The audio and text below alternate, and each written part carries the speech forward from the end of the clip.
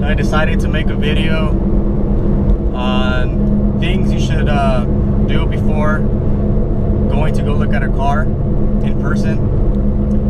It's going to save you a lot of time before you head out to meet the person or go look at the car. If you're buying it from a private party, which is, in my opinion, probably the best way to save you some money. You would also need to, have somebody with you if you can't yourself, or if you're not familiar with what to look for. I would bring a mechanic or a friend that knows about cars so they can inspect the vehicle before you purchase it. But the purpose of this video is to give you guys a few pointers on what to ask before you actually head out to look at the car.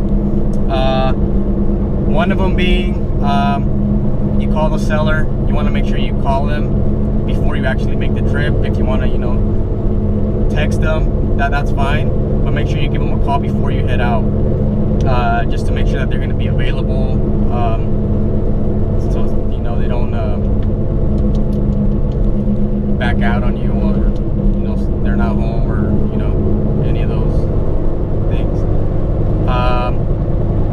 So you want to make sure that the owner has the title, that they have the title in hand. You also want to ask, is it a clean title? If it's not a clean title, ask why. Make sure they give you the reason why. If they don't know why it's not a clean title, why it's salvaged, that's like a red flag that right off the bat, that would be a red flag.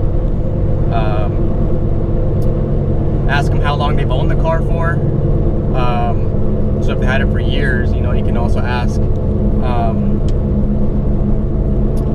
what have they done to the car? Is any major services? And also ask them what's wrong with the car. All of this is better if you do it in, over the phone, because you can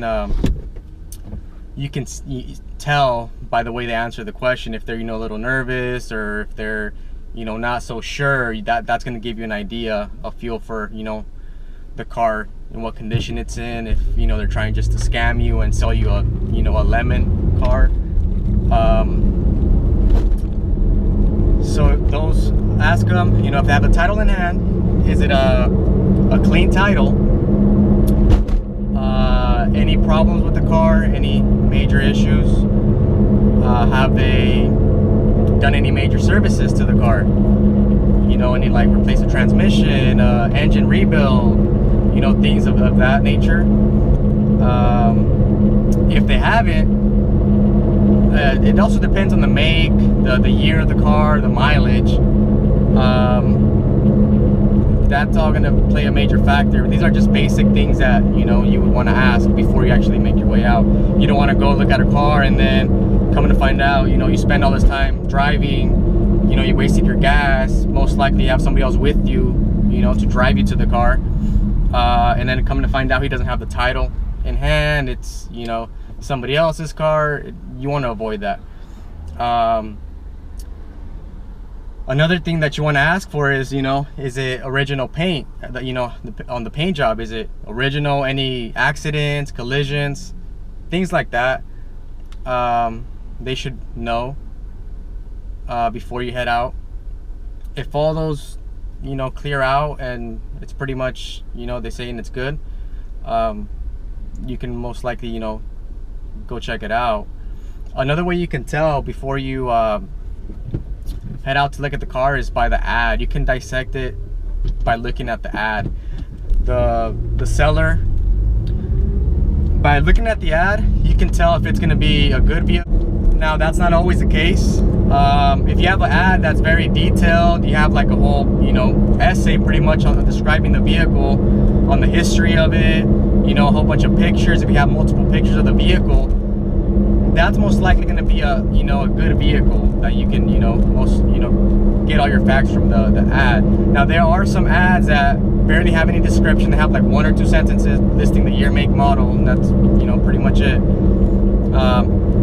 Those are the ones that are kind of iffy, you need to definitely make a call before you try to go look at the car and get all these questions out of the way. What else?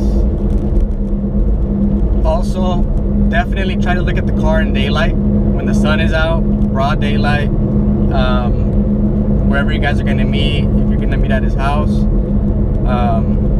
you're always going to run into like some sort of thing that the car is going to need. That's just how it is. When buying a used vehicle, you don't know 100% what kind of wear and tear that car has been through. The owner can tell you all this, that it's but you never know.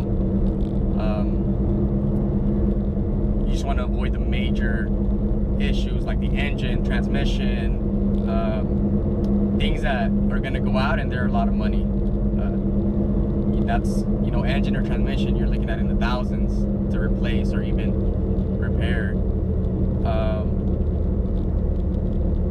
But yeah, that's just a brief description. I thought I'd make a video, brief description of things to look out for and things to ask before you actually make your way out to look at the vehicle. And I'll probably make a part 2 to this, just to actually show you guys what to look for when you actually go to the vehicle, inspecting the oil and all the fluids, some of the things that you want to look for, and how do you know if it's good or bad.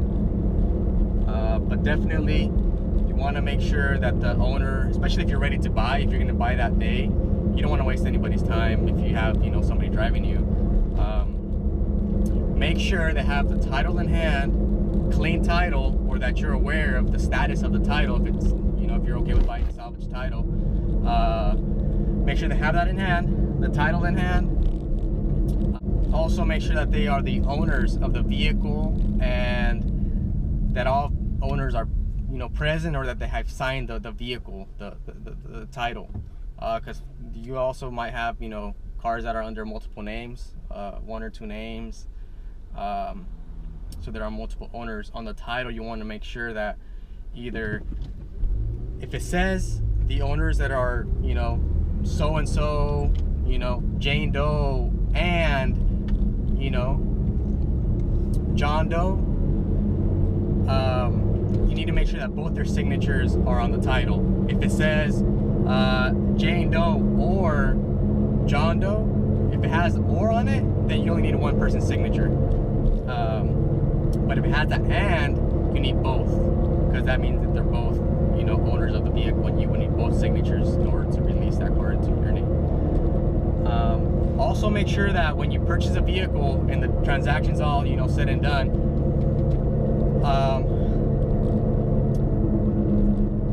that the owner had signed in all the spaces required. You don't want to go to DMV and then come to find out he forgot to sign in a specific area that you needed his signature in, because then they're not gonna accept the title. You're gonna have to go back, contact the owner, and get that signature from him. Especially if you're going to the DMV, you don't want to wait in line and then come. You're not gonna be able to do anything that you need to look for and know. But this is just a couple main reasons that I found, that I wish I would have known, when I was buying vehicles. That would have saved me a lot of time. But the last thing that I want to let you guys know before today, the last but not least, is never purchase a vehicle without the title in hand.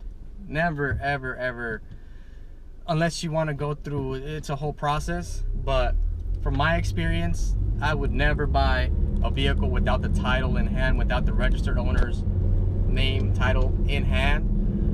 It's just a headache. I've done it before, to where I purchased the vehicle. He had all this paperwork stating that it was his car. That car was financed. The finance was paid off, so they had paid off the debt. It was their vehicle. It was an older vehicle, and it was paid off. He had the release form from the dealer, from the finance company, stating that he had paid the car in full, that it was his car. It was pretty much a transfer from the finance to the actual owner, but he just didn't have the title. He had everything else except for the title. He had stated that it was in the mail, he never received it, that we just needed to, you know, call the finance company to send him another one.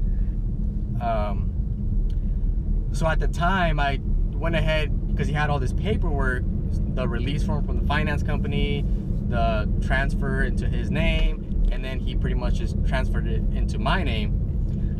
So I went to the DMV, and it was here in California, so maybe every, you know, different states might differ, but for California, they didn't allow paperless titles anymore. They needed the actual physical pink slip in order to do the transfer. Even though the finance company released it to the owner, and the owner was transferring it to me, they didn't allow that. They wanted the actual physical title to do the transfer. I also went to AAA, they did the same thing. So yeah, always get the title. And I was able to get the title. It was just a hassle because I called the original owner. So now one of the main reasons you don't want to do this is, in my situation, I tried contacting the person I purchased the vehicle from, and they were nowhere to be found. They wouldn't answer my phone calls, wouldn't, you know, I texted them, they wouldn't reply. It was days, weeks before, you know, they didn't even, I never got a hold of them. The address on the paperwork, I went to that address, they no longer lived there. They were in a different address. So I had to call the finance company. I told them, and all they could do was send a title, but they were going to send it to the actual owner, to the address that was last registered to the person that purchased the vehicle, which that did me no good because I don't have access to that.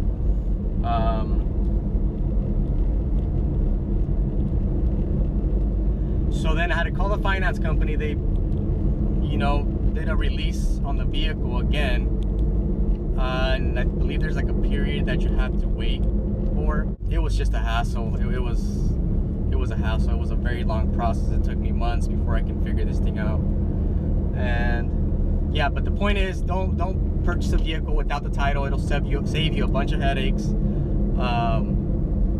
You need that title. And this was for my situation here in California. If you're in a different state, you might be a different situation. I would just advise you not to risk it. I wouldn't go through that. It's better to wait for them to get the title. When they have the title in hand, they can go ahead and call you back, and then you guys can go ahead and do the transaction. It just saves you a lot of time and headaches and a lot of stress. But anyways, that's gonna be it for today. If you'd like me to go more into detail on that situation, I can make a separate video. I might make a part 2 to this video on actually physically inspecting a vehicle and what to look for. If you guys found this video helpful, if anything, like this video, and if you guys have any other ideas or anything else that we need to look for in inspecting a car, just comment down below.